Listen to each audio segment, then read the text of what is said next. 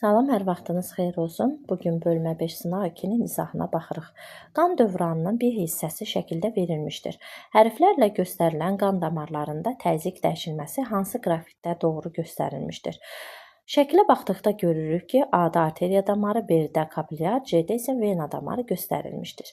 Biz bilirik ki, ürəyə yaxın olan damarda təzyiq ən yüksək olur. Ürəkdən damar kənarlaşdıqca təzyiq get-gedə aşağıya düşür. Hətta vena damarında təzyiq mənfiyə bərabərdir. Buna görə də A-da təzyiqi ən yüksək götürərik, B-də nisbətən aşağı, C-də isə ümumiyyətlə aşağı götürərik və cavabımız C variantı olar. Limfa dövranı aşağıdakı funksiyaları hansını yerinə yetirər? Limfa dövranı biz bilirik ki, limfa kapilyarları toxumarası mayedə şaxələnir və oradakı olan artıq məhsulları kənarlaşdırır. Sonra qanın maye tərkibinin sabitliyini təmin etmiş olur. İndi baxaq suallara. Toxumalara oksigen daşımaq funksiyası yoxdur, çünki tərkibində eritrosit yoxdur. Qan toxuması miqdarının artmasını təmin etmək, bu doğru fikirdir. Bağırsaqdan sorulan bəzi maddələri qan dövranına qoşmaq. Bəli, yağa bənzər məhsullar limfa dövranına sorularaq venos sistemə qoşulmuş olur. Toxumalar arasında maye toplanmasını aradan qaldırmaq. Bayaq da dediyimiz kimi limfa kapilyarları toxumarası mayedə şaxələnərək oradan artıq məhsulların kənarlaşmasını təmin etmiş olur. Bu zaman cavabımız D variantı olacaq. Hansı orqanlardan çıxan qan bilavasitə aşağı boş venaya açılır? Biz bilirik ki, vena damarları qaraciyərə gələrək toksinlərdən təmizlənir. Qaraciyərdən başqa bütün tək orqanlardan gələn vena damarları qaraciyərə qoşularaq təmizlənir.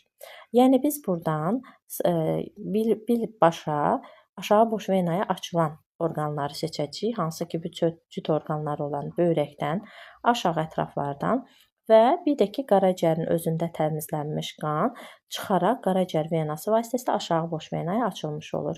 Cavabımız 2, 4, 5. Yəni cavabımız C variantı olacaq.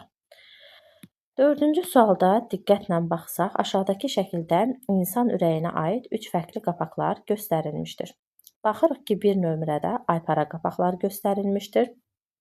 2 nömrədə sağ tərəfdə olan 3 taylı qapaqlar, 3-cü hissədə isə sol tərəfdə olan 2 taylı qapaqlar yerləşmişdir. Bu qapaqlarla əlaqəli hansı fikirlər yanlışdır? 1 nömrəli qapaqlar aypara qapaqlardır. Fikri doğrudur. 2 nömrəli qapaqlar, hansı ki sağ tərəfdə yerləşən 3 taylı qapaqlar qanın, arterial qanın yox, venoz qanın olması idi ki, qapaqlar venoz qanın mədəciyə keçməsini təmin edir olmalı idi. 3 nömrəli qapaqlar sol qulaqçıqla sol mədəcik arasında olan 2 taylı qapaqlardır. Fikri doğrudur. Yəni cavabımızda 1, 3 doğru, 2 isə yanlış olduğundan cavabımız A-dır. Qanda olan eritrosit, trombosit və leykositlər hər üçü də qırmızı sümük iliyində əmələ gəlmiş olur. Fərqli orqanlarda kapilyar damarlarda maddələr mübadiləsi ilə əlaqədar aşağıda verilən qrafiklərdən hansı doğru olmaz? Biz bilirik ki, karbon qazı alveol kapilyarlarından keçən zaman miqdarı get-gedə azalır. Bu doğrudur. Yəni bunu götürmürük, çünki doğru olmaz istəyir. Sümük kapilyarları bilirik ki, sümükdən keçən zaman kalsium miqdarını verir və miqdarı azalmış olur. Sidik cövhəri böyrək kapilyarlarında süzülərək ilk süzülmədə sidik cövhərinin miqdarı tamamilə aşağı düşmüş olur. Doğrudan da qrafik belə olmalıdır. Qaraciyər kapilyarlarında biz bilirik ki, qan keçən zaman qaraciyərin kapilyarlarında A vitamini miqdarı artmış olur. Çünki yadımızda saxlayaq ki, ADK vitaminləri həmişə qaraciyərdə depo halında saxlanılır. Biz nə qədər qidada A vitamini qəbul etsək, o gedib qaraciyərimizdə depolanacaq. Sabahsı gün A vitamini bədənimizdə çatışmayanda qaraciyər kapilyarlarına yenidən daxil olaraq bədənimizə paylanacaq. Yəni ki, get-gedə artacaq fikri də doğrudur. Amma mədə kapilyarlarında glikogenin miqdarı artmaz. Əksinə, glikogen miqdarı azalar. Çünki mədənin özü işlək funksiyanı həyata keçirdiyinə görə, həzm prosesini həyata keçirdiyinə görə burada glikogenin miqdarı artmaz. Əksinə, enerji əldə etmək üçün glikogen parçalanar və miqdarı azalmış olar. Ona görə də cavabımız doğru olmaz fikri A olacaq. Ağciyər arteriyasında verilən xüsusiyyətlərdən hansı ağciyər venasına nisbətən daha çoxdur? Biz bilirik ki, düzdür, ağciyər arteriyasıdır, amma tərkibində venoz qan axmış olur. Ağciyər venasıdır, amma tərkibində arterial qan axmış olur. Və nisbətən daha çoxdur ağciyər arteriyasında oksigenin miqdarı səhvdir, çünki tərkibində venoz qan axır. Qan təzyiqi. Biz bilirik ki, arteriya damarları ürəyə yaxın olduğu üçün onlarda qan təzyiqi yüksək olmuş olur. Bu fikir doğrudur və daha çoxdur. Divarının qalınlığı arteriya damarlarında saya əzələrinin qalınlığı qalın olur, vena damarlarında isə nazik olur. Buna görə cavabımız 2, 3, cavabımız 7-də D variantı olacaq. Tənəffüs prosesində iki fərqli vəziyyət şəkildə verilmişdir. Baxırıq ki, döş qəfəsi aşağıya doğru, yuxarıya doğru, yanlara doğru genişlənmişdir. Deməli, bu proses nədir? Nəfəs alma prosesidir. Digərində isə içəriyə doğru, yəni həcmi kiçilməyə başlamışdır. Bu isə nəfəs vermə prosesidir. Buna görə aşağıdakı ifadələrdən hansı doğrudur? X vəziyyətində bu X vəziyyətidir, bu isə Y vəziyyətidir. X vəziyyətində qabırğaarası əzəllər yığılaraq döş qəfəsinin önə doğru genişləndirir fikri doğrudur, çünki nəfəs almadan danışırıq. Y vəziyyətində qabırğaarası və diafraqma əzələsinin uzunluğu artır. Bilirik ki, əgər qabırğaarası və diafraqma əzələsi boşalan əzələdirsə, bu zaman əlbəttə ki, onun eni azalacaq, uzunluğu isə artacaq. Bir qayda olaraq boşalmış əzələlərin uzunluğu artır, eni isə azalmış olur. Amma yığılan əzələlərdə əksi olur. Uzunluq azalmış, eni isə artmış olur. Deməli, bu fikir də doğrudur. X vəziyyətində ağciyərin həcmi artır fikri də doğrudur.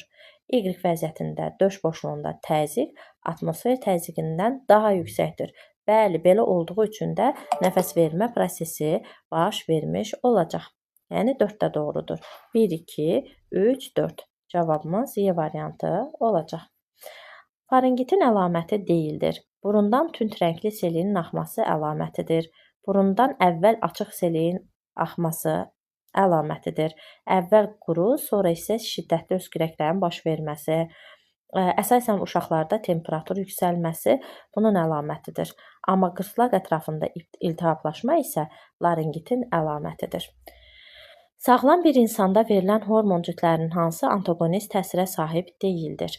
Biz bilirik ki, adrenalin, noradrenalin, bir də estrogen, progesteron bir-birinin antagonist əksinə olan hormonlar deyildir. Amma kalsitonin tutaq ki, sümüyə kalsium birləşdirirsə, parathormon tərsinə qana kalsium birləşdirir. İnsulin qanda şəkərin miqdarını azaldırsa, tərsinə glikagon qanda şəkərin miqdarını artırmış olur. Buna görə də doğru, yəni olmayan cavablar 1 və 2 D variantı olacaq. Verilənlərdən hansı 3 sümüklə birləşmə əmələ gətirir? Biz bilirik ki, yuxarı ətrafın qurşaq hissəsi dedisə, qurşaq hissədə körpücük və kürək sümüyünü bir nəzərə alırıq. Kürək sümüklər sağda, solda bazularla birləşir, 2 bazu üstə gəl. Körpücük sümüklər ortada döş sümüyü ilə birləşir. Bir dənə də döş sümüyünü nəzərə alsaq, 3 sümüklə birləşmə əmələ gətirər. Cavabımız Y variantıdır. X ilə verilən hissə haqqında hansı fikir yanlışdır? Görmə mərkəzidir. Biz burada görürük ki, ənsə mərkəzi bu hissədir, amma bu hissə beyincik mərkəzidir. Təbii ki, beyincik mərkəzinə aid olan yanlış hissə görmə mərkəzidir olacaq. Çünki ənsə mərkəzində yerləşmiş olur, yəni bu göy hissədə yerləşmiş olur görmə mərkəzi. Ürəyə bitişik hansı damarlar kiçik qan dövranına aiddir? Təbii ki, ürəyə bitişik damarlardan ağciyər 2 dənə vena burada, ağciyərdən gələn 2 vena burada və bir də ağciyər kötüyünü kiçik qan dövranına aid misal kimi göstərə bilərik. 3, 4, 6 cavabımız A variantı olmuş olacaq. 14. İnsanın limfosistemində aşağıdakılardan hansı olmaz? Kapilyar sistem olur, vena damarı olur, amma arteriya damarları olmur. Belə deyək də, çünki limfa dövranında ürək kimi qan damarında ürək motor funksiyasını rol oynadığı kimi bir sistem yoxdur. Ona görə də orada arteriya damarı yoxdur. Nisbi sakitlik vəziyyətində müəyyən vaxt ərzində sağlam insan ürəyinin qulaqçıqları 7 dəqiqə diastola vəziyyətində olubdur. Bu zaman Bu zaman ağciyər kapillyarlarına minimum nə qədər oksigen keçər? Biz bilirik ki, 7 dəqiqə əgər qulaqcıqlar 7 dəqiqə diastola vəziyyətində olubsa, x zaman sərf olunubdur buna. Amma 0,7 saniyədə ürəyin ümumi işlək vəziyyəti 0,8 saniyə olur. Bu zaman ixtisar aparsaq, əlimizdə 8 dəqiqə vaxt olur. Və sonra bizə deyir ki, bu zaman onun ağciyər kapillyarlarına minimum nə qədər oksigen keçər? Biz də bilirik ki, 1 dəqiqədə insan 16 tənəffüs hərəkət edir və hər tənəffüs hərəkətində ağciyər kapillyarlarına 25 ml oksigen daxil olmuş olur. Bəs 8 dəqiqədə nə qədər daxil olar? Bu zaman 3200 daxil olacaq ki, bu da cavabımız B variantıdır. İnsanın baş beyin hüceyrələrində əmələ gələn ifrazat maddəsi qanla böyrəklərə gələnə qədər hansından keçməz? Təbii ki, baş beyin hüceyrəsində əmələ gəlirsə, bu yuxarı boş venaya qoşulacaq. Yuxarı boş venadan sonra ürəyin sağ qulaqcığına, sağ mədəciyinə gələcək və böyrəklərə gələnə qədər də aşağı boş venadan keçməz təbii ki. Çünki gəldiyi hissə dediyimiz kimi sağ qulaqcıq, sağ mədəcik, ağciyər kapillyarları, oradan qayıdacaq ürəyin sol hissəsi, sol qulaqcığı, sol mədəciyi, aortası bu şəkildə. Yəni aortada olacaq, ağciyər kötüyündə, sağ qulaqcıqda, ağciyər venalarında olacaq. Nisbi sakitlik halında insan 60 tənəffüs hərəkət etmişdir. Bu müddət ərzində atmosferdən onun ağciyərlərinə neçə litr oksigen daxil olmuşdur? Biz bilirik ki, insan bir tənəffüs hərəkəti edən zaman onun ağciyərlərinə 105 ml oksigen daxil olur. Bəs o 60 tənəffüs hərəkəti etdikdə nə qədər oksigen daxil olmuş olar? O zaman 105-i vururuq 60-a bərabər olur 6300 ml. Bunu da 1000-ə böldükdə tapırıq 6,3 litr. Yəni cavabımız A variantı olacaq. 18. Verilən ifadələrdən hansı doğrudur? Sol ağciyər 3, sağ ağciyər 2 paydan ibarətdir. Xeyr. Sol ağciyər ürək onun yerini dar etdiyinə görə 2 paylıdır. Sağ ağciyərin yeri bol olduğuna görə 3 paylıdır. Bronxlarda qazlar mübadiləsi həyata keçirilir, alveollarda keçirilir. Ağciyərlərin üzəri epiteli toxumasına əmələ gəlmiş ağciyər plevrası, epiteli yox, birləşdirici toxumadan əmələ gəlmiş. Qazlar mübadiləsi nəfəs alma zamanı həyata keçirilir fikri doğrudur. Döş boşluğunun xarici səthinin divarında plevra yerləşir. Xarici yox, daxilində olmalı idi. Cədvələ əsasən x plus y ifadəsinin qiymətini müvafiq tapın. Plus yox, ayrı-ayrılıqda istəyir bizdən. Sakit halda insanın udduğu havanın miqdarı 3000 ml-dir. Yazıram, 3000 ml-dir. Ağciyər kapillyarlarına daxil olan oksigenin miqdarını istəyir bizdən. Biz də bilirik ki, normalda 500 ml hava, dəyişən hava udduqda ağciyər kapillyarlarına 25 ml oksigen daxil olmuş olur. Bu zaman ixtisar aparsaq 20 ilə də 300-ü ixtisar apardıqda 150 ml qalır. 150 ml cavabımız C və D-də uyğundur. Sonra yazıram, 3000 ml-də X xaric edilən karbon qazı varsa, dəyişən hava 500 ml normalda 20 ml xaric olunan karbon qazıdır. Bu zaman 20 ilə 500-ü ixtisar apararıq, aşağıda qalar 25. 3000-i isə 25-ə böldükdə cavabımız 120 edər. Yəni cavabımız 19-da C variantıdır. 20-ci suala baxaq. Şəkildə ürək siklinin bir fazası verilmişdir. Fazada fikir veririk ki, mədəciklərin sistolası və aypara qapaqlarının açılması nəticəsində qan damarlara vurulmuşdur. Bu faza zamanı nə baş verəcək? Aypara qapaqlar açıq olacaq təbii ki. Yalnız taylı qapaqlar açıq olsa geriyə qayıdar qan, ona görə bağlı olmalıdır. Qan arteriya damarlarına qovulacaq, bəli. Sağ tərəfdən ağciyər kötüyü olan arteriya damarına, sol tərəfdən isə ən böyük damar olan aorta damarına vurulacaq. Müddəti sakit halda 0,1 yox, 0,3 saniyə bərabərdir. qabaqlar açıq olur. Hər ikisi də fikri yanlışdır. Cavabımız olacaq 1, 3 və A variantıdır. Bir ailədə ana və atanın qan qruplarının təyini testinin nəticəsi aşağıdakı kimi olmuşdur. Bu ailədə doğulacaq uşaqlar hansı qan qrupuna malik ola bilər? Baxırıq ki, atanın qanına anti-A və anti-B-ni damlatdıqda anti-A-da çökmə baş verir. Anti-A-da çökmə baş verirsə, deməli onun qan qrupu ikinci qan qrupudur. Əgər ananın B çökmə baş verirsə, üçüncü qan qrupudur. Və bu qan qruplarını çarpazlaşdırdıqda həm dördüncü qan qrupu, həm ikinci qan qrupu, həm üçüncü qan qrupu, həm də birinci qan qrupu alınmış olacaq. Yəni 21-də Y olacaq. Verilmiş cədvələ əsasən X-in qiymətini müəyyən edin. İnsanın tənəffüs aktlarının sayı N-dir. Bu zaman ərzində xaric edilən oksigen qazının miqdarı nə qədər olacaq? Əgər tənəffüs aktı deyirsə, biz bilirik ki, bir tənəffüs hərəkəti var. Bu 2 aktdan ibarətdir. Əgər N qədər aktda X qədər xaric edilən oksigen qazı varsa, 2 aktda isə xaric edilən oksigen qazı 80 olacaq. O da olacaq 40 vur N, yəni D variantı. 23. İnsanda A orqanından, yəni qaraciyərdən qanla çıxan eritrosit B orqanına çatana qədər getdiyi yolun ardıcıllığını tapın. A-dan bilirsiniz ki, qaraciyər venası çıxacaq, qaraciyər venası gedib töküləcək sağ qulaqçığa. Birinci olacaq 4. Sağ qulaqçıqdan sağ mədəciyə. Sağ mədəcikdən sonra ağciyər arteriyası vasitəsilə təmizlənməyə gələcək ki, ağciyərdə təmizlənsin. Təmizlənmiş qan sol qulaqçığa gələcək. Sonra sol mədəciyə töküləcək. Ondan sonra isə orqanlara paylanmaq üçün aortaya vurulmuş olacaq. 4, 6, 5, 2, 1, 3 cavabımız 23-də A variantı olacaq. Cədvələ əsasən X-i tapın. Baxıram ki, insanın baxaq ki, nəfəs aldığı havada oksigenin miqdarı 5040 millilitrdir. Zamanı ağciyər kapillərlərindən keçən oksigenin miqdarı nə qədərdir? X.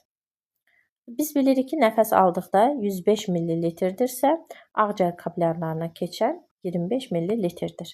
O zaman 5040-ı vurarıq 25-ə, bölərik 105-ə. Cavabımız edəcək 1200 millilitr. Cavabımız 24-də A variantıdır. 25-ci suala baxırıq. İnsanın ürək siklinin şəkildə verilmiş fazası haqqında doğru mülahizələri seçin. Yenə də mədəciklərin yığılması, aypara qapaqlarının açılması, qanın arteriya damarlarının vurulması göstərilmişdir.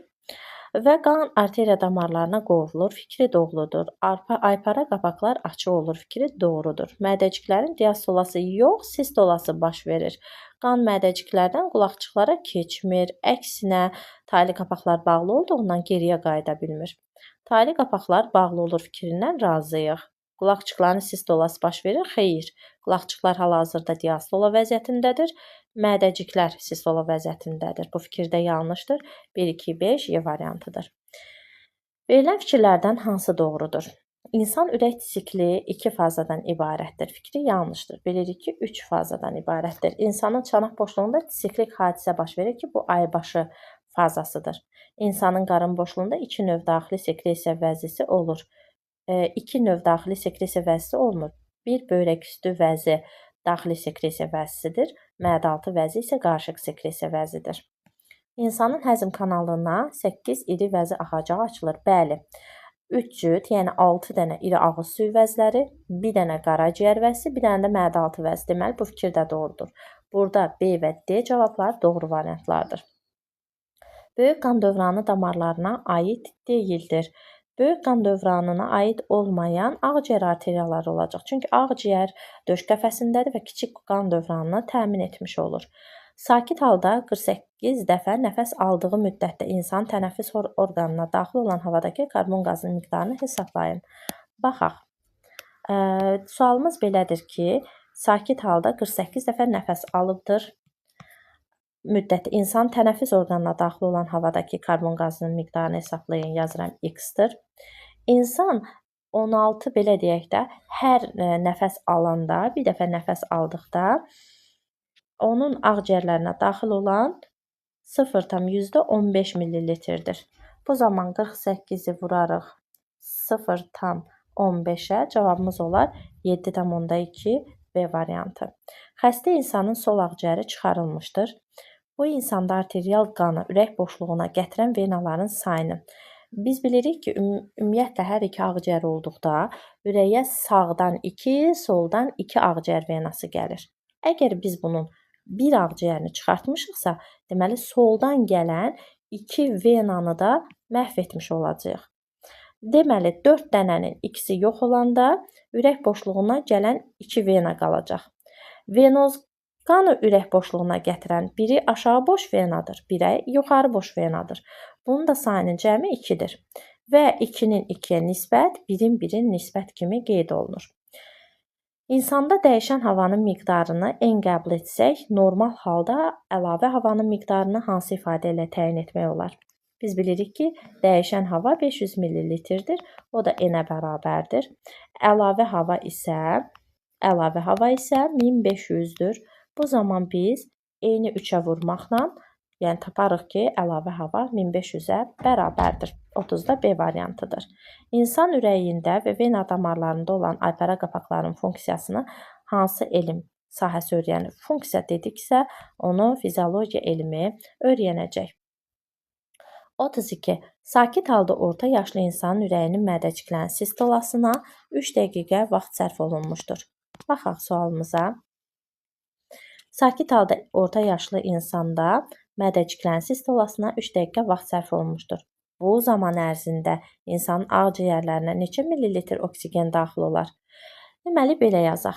Mədəciklərə normalda 0,3 saniyə sistolasına vaxt sərf olunur ki, bu ürəyin ümumi 0,8 saniyəsinin 0,3-ünü təşkil etmiş olur.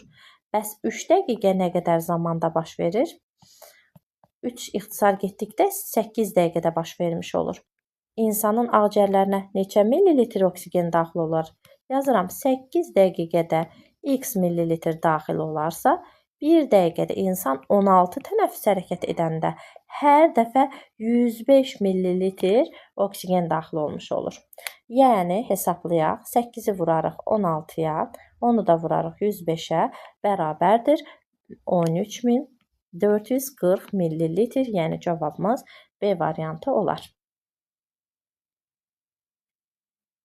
Sonra 33-cü suala baxırıq. Verilən damarlardan hansı kiçik qan dövranına aid olub boşluğunda arterial qan daşıyır? Təbii ki, kiçik qan dövranına aid olan və tərkibində arterial qan daşıyan kiçik qan dövranına 3 aiddir, 4 aiddir, 6 aiddir. Amma arterial qan daşıyan deyirsə, 3-ü nəzərə almıram, 4 və 6 C variantı olacaq. 33-də C variantıdır. 34. Böyük qan dövranında iştirak etmir. Biz bilirik ki, kiçik qan dövranında ağciyər venaları ilə tərtəmiz qan sol qulaqçığa tökülür. Yəni ki, 34-də A variantı sol qulaqçıq kiçik qan dövranında iştirak edir. Böyük qan dövranında iştirak etmir. Qalan bütün variantlar hamısı böyük qan dövranına aiddir. Hansı rəqəmlə verilən vəzlərin xüsusi axacağı vardır? Biz baxırıq ki, 1 daxilidir, 4 daxilidir. Çünki qalxana bənzər vəzi 1-də epifiz göstərilibdir, 2-də böyrək üstü vəzi göstərilibdir, 3-də mədə-altı vəzi, 6-da tuxumluq, 5-də yumurtalıq isə qarışıq sekresiya vəzidir və onların axacaqları vardır. Aşağıdakı insanlardan hansı İlaydaya qan verə bilər?